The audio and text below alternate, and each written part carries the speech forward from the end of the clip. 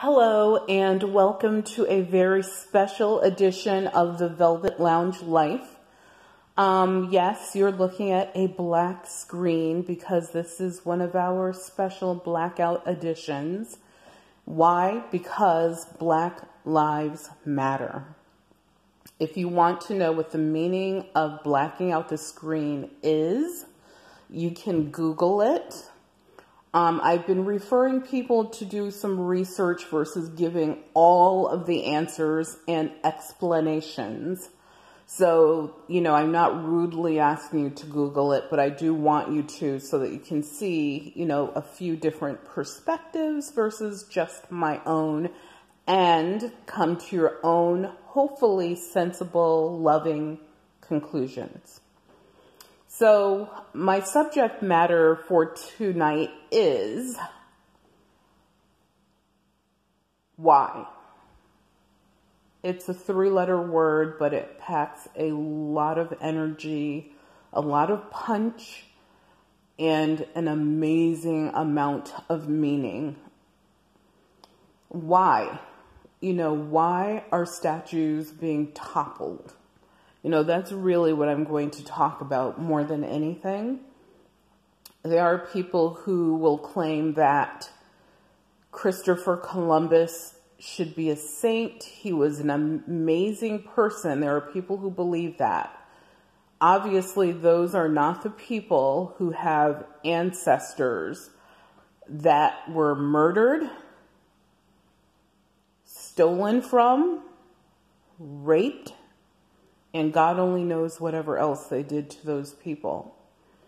At the end of the day, their ancestors are still suffering today.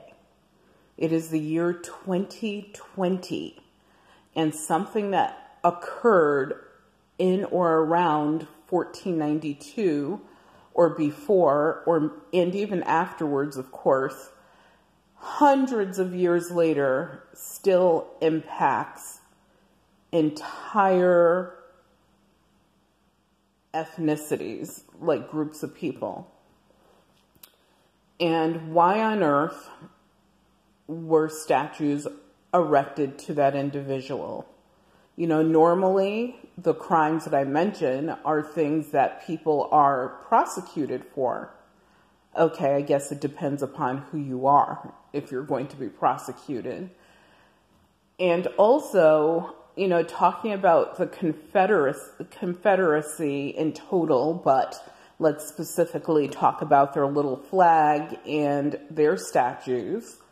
What are the issues with those? Well, Emmett Till, George Floyd, and hundreds of thousands, millions of others will tell you if they could rise up from their graves or if their bodies, which have decomposed into the earth, could ever be found. They would tell you the issue with those statues, which were actually very cheaply made en masse by the daughters of the Confederacy, because they wanted to make sure that after they lost the war, they were pretty much ran over like a really cheap pair of what we would call sneakers today.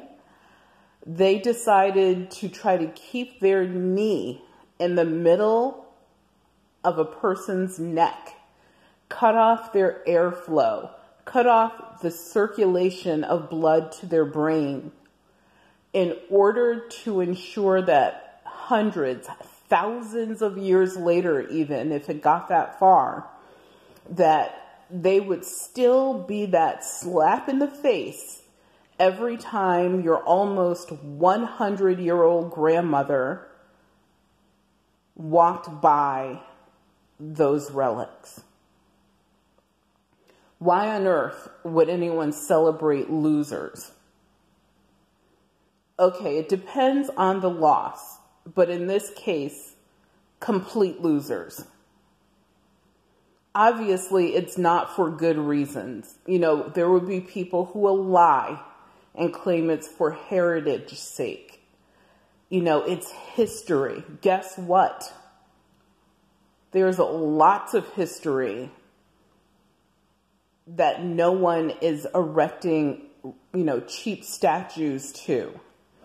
That every time the people who were decimated, desecrated, raped, pillaged, murdered, the list goes on and on. Every time those people walk by a certain area or decide they want to finally get a chance to go to a park, they shouldn't have to look at such ugliness. And it's, once again, as I was sort of stating, it's a power thing. It's something where, these women, and I have to say they were clever. The thought was, you know what? We lost. We're a bunch of losers. And what we were fighting for was absolutely heinous, criminal. But what we can do to try to keep a semblance of power for as long as we can is we will erect all of these cheap statues. We will put names on buildings. We will name streets and roadways. Whatever it was that they could do to make sure that those names stayed out there, that is what they did. And now in the year 2020, and even previous to now, there were definitely people fighting to have these negative images removed. Imagine, I live in the north, or on the east coast of the United States, and I would go to Alabama or be sent to Alabama and loving it to stay, spend the summers with my grandmother. And I remember asking her once in a while, who is Jefferson Davis? I was a little kid, and she told me basically he was a really bad man and he tried to destroy the United States. And then, who is Andrew Jackson? I already knew who he was from the history lessons that they gave us in our New England schools. And they really kind of quickly glazed over the fact, well, he was one of the presidents. And it's like, okay. And he was also, this person. And you'd be like, okay, and, just meaningless information. And, she basically broke down to me, who these people were. And she hated having to look at those statues. There was this store that we would have to go to. It was Mosley's. And it was on Jefferson Davis. I think it's Drive or Avenue. And I remember, that I would have someone who would be like, yeah, it's on Jeff Davis. And I just remember after talking to grandmother, every time that they say the name, it just sort of is like a nail being hammered into your toe and wiggled around continuously as a bad memory. And I, as much as I could, would avoid that street. And even when I was an adult and we would, of course, rent a vehicle if we were going to be in Montgomery so that we could drive around, or we drive our vehicle from up here in the north down there if we were doing a road trip. And I just had this thing where I just felt I needed to avoid that road as much as possible, and I did. Yes, there were times it was unavoidable, but when it could be avoided, it was. However, I have no idea why that particular street always felt like that nail in my toe, but it did. And if you can imagine, I live in New England. These folks who live in especially the southern states and the western states, who have to continuously look at those ugly images and, that almost like that grin on the face of these relics, looking down on them. that's part of the reason why when people would ask me like, oh, would you ever move down south? I was like, no, if it wasn't for my grandmother, I would never go down south. Never. We already have written Florida off of our list. We used to go to Florida once every year, and then we started going like once every 3 to 5 years. And the last time we were down there, I was just through. I was like, why are we wasting our money basically supporting a state that's full of beliefs that we do not believe in? And so, I mean, things could change. If, things change, then we are, open to revisiting. And just like the South, if the South changes, it is very possible that we, would definitely do some sort of road trip or something down there. But I don't know. I mean, honestly, there's not a lot there for us to return to now that my grandmother and uncle have gone off to the great unknown.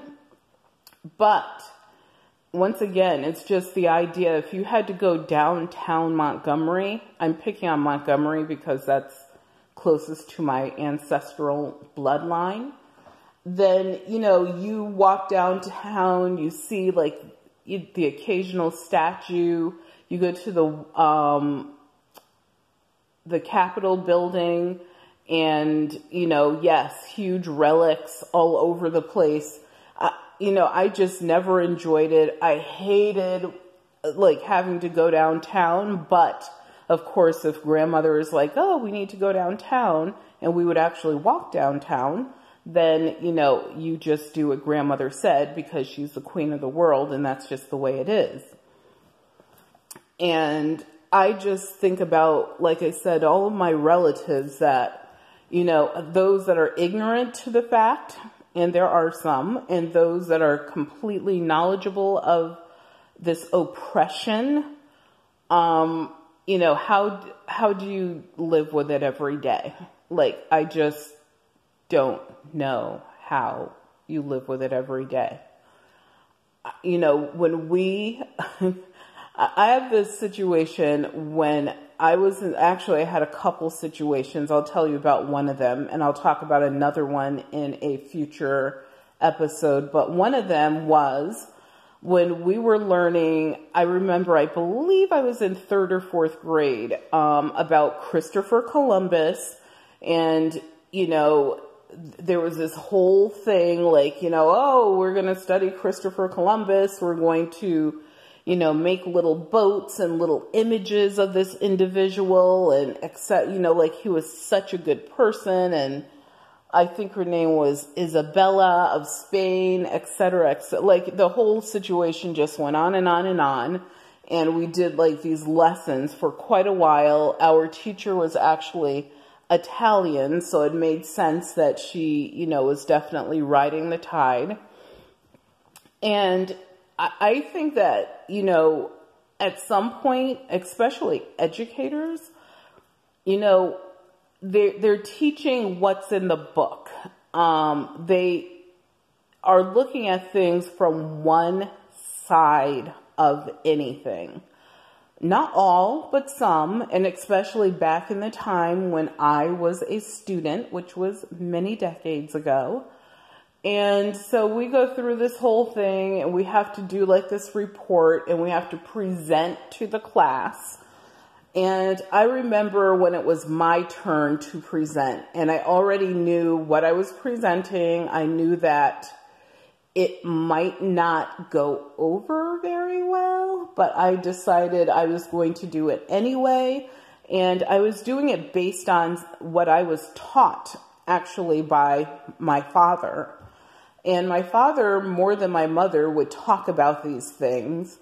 And I would then have this other side, versus this single perception that we were being conned into by a partial education through a school system.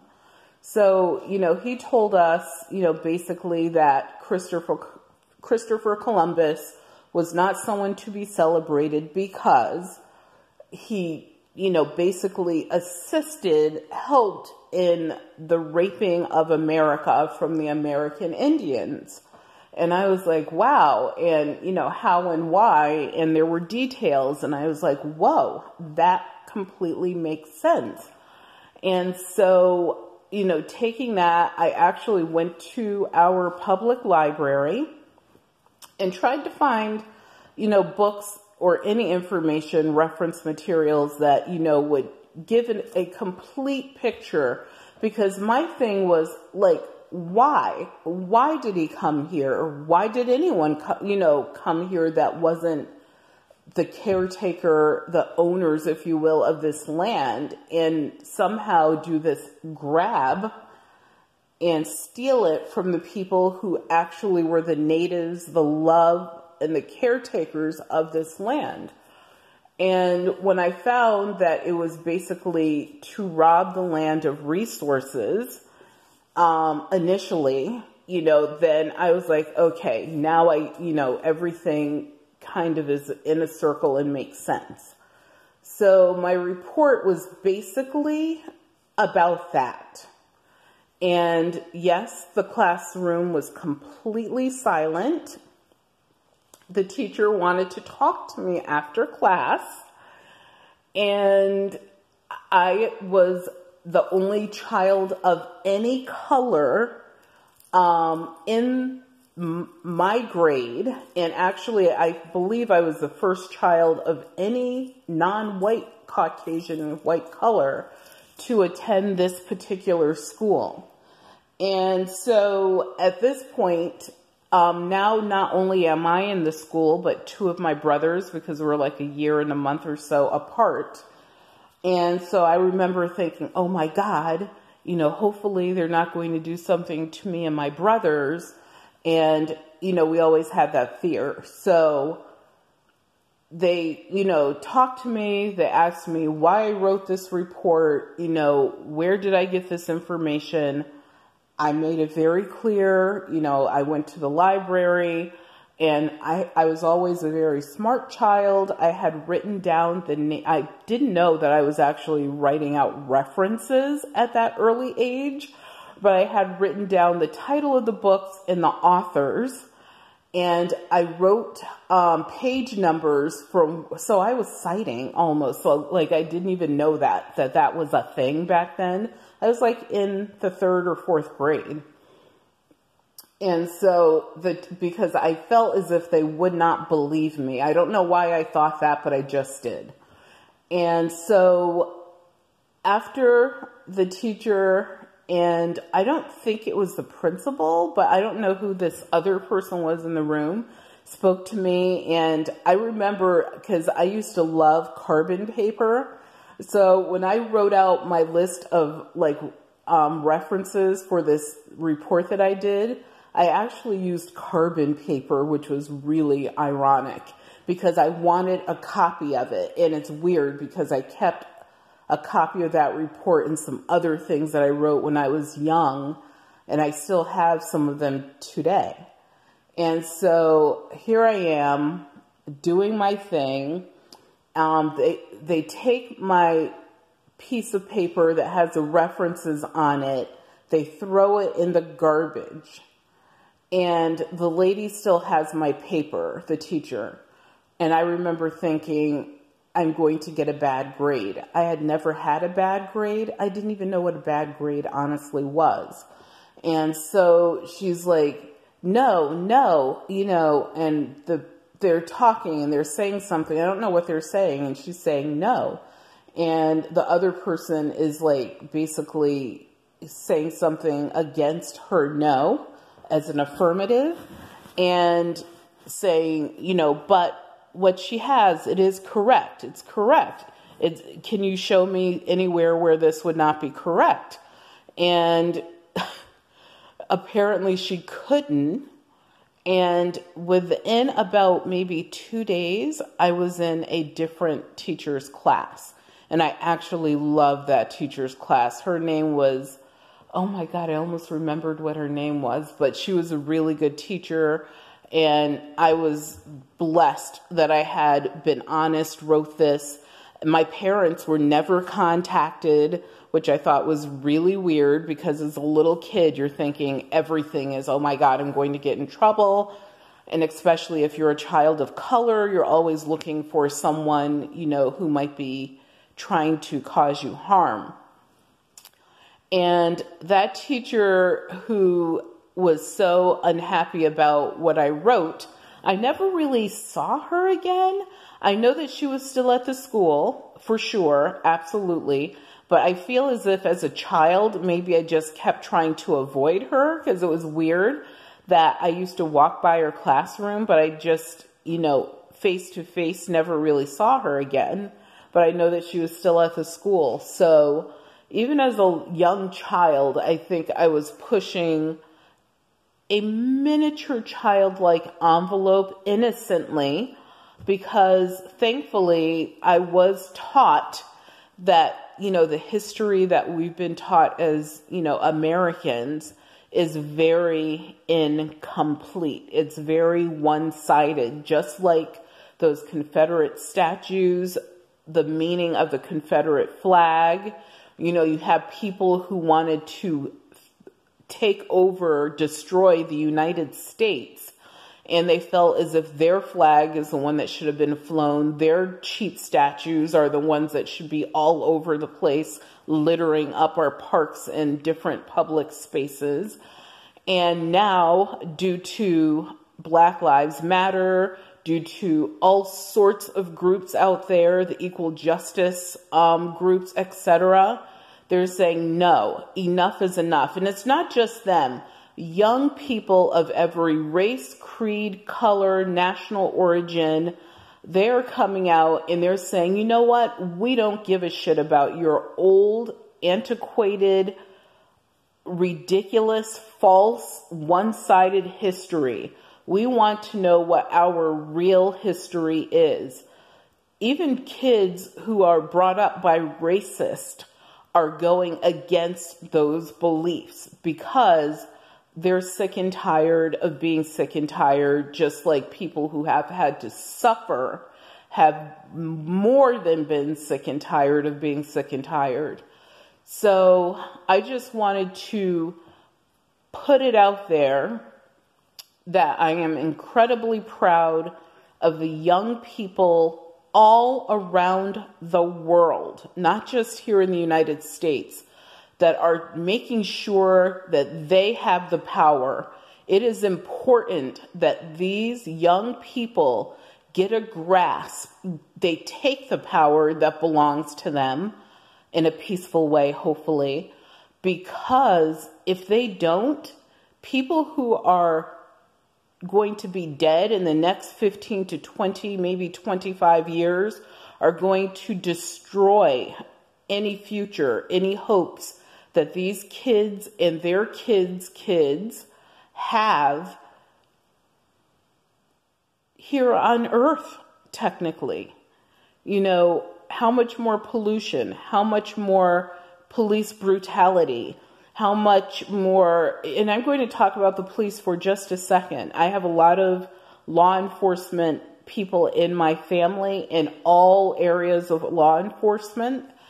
And why on earth is a contract through a police union more valuable than the Constitution or federal and state laws? Why does that agreement supersede the other things that I just mentioned? That makes no sense. And that has to be fixed. And that is what these kids are doing. They had to start somewhere. I consider George Floyd to be our Emmett Till. Emmett Till is more from, you know, the era of my parents. And I would say he was definitely, what happened to him being murdered was the beginning of the civil rights movement. And what happened to George Floyd with that cop casually just kneeling on his neck, cutting off his airflow, the blood flow to his brain until he was dead, with his eyeglasses, perched perfectly on his head, not even moving a millimeter, with his hand in his pocket, as if he's casually waiting for a burger and fries. Other cops standing around him, waiting to, I guess, kill other people if they step in to try to save George's life. And that is the only reason that no one else probably could step in. Them trying to hide what they were doing by taking George down the street, hiding him on the side of a vehicle. What was that? Some sort of initiation? Is there some secret group out there that we need to know about? I bet there is. And until other police officers start reporting on each other, it's not snitching. If a child was being molested by a 350-pound greasy dude, would you tell? Is that snitching? That is not snitching. Just like them telling on each other if they're breaking the law, you are being a law-abiding good citizen by reporting crimes that you see. It's the same thing, and that is what should be happening. And like I said, these young people are tired of it. This is their civil rights movement, if you will. They want civility throughout, and they're willing to protest and do what they have to do to make this change happen. Numerous changes need to occur. Everything will not happen overnight, but we needed to have someone kickstart us up again. And the life of George Floyd did that, regardless of what kind of human being he was. I really don't know anything about his past or what his future would have been like or what it looked like or what it was the day he was murdered. All I know is that he should still be alive today. So thank you again to all of the young people out there who want to make this world a cleaner place, a better place, a more just place, a unified place. Keep doing what you're doing. All of you are heroes. And I know that I appreciate every single thing you're doing, and I will continue to support it in any way that I can. So thank you everyone for listening to this. I know it may have sounded a little bit ranty. It wasn't meant to sound ranty. It might have sounded a little bit preachy. I don't hate that. That may not be the worst thing. But anyway, I do appreciate all of you listening, watching my videos. Please look at the playlist. I sort of divided things out by subject so that if there's something you're interested in, you could go right to it and look at those groups of videos. Please remember to hit the subscribe button. Also, give this video a thumbs up or a thumbs down. And if you have comments, as long as they're respectful, please leave them below. I will try to answer any questions if you have them. And at the end of the day, please be safe. Remember that your health is your wealth. And without your health, you have absolutely nothing. We only have one life.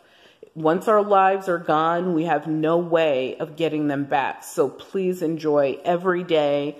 Be a loving person and be well.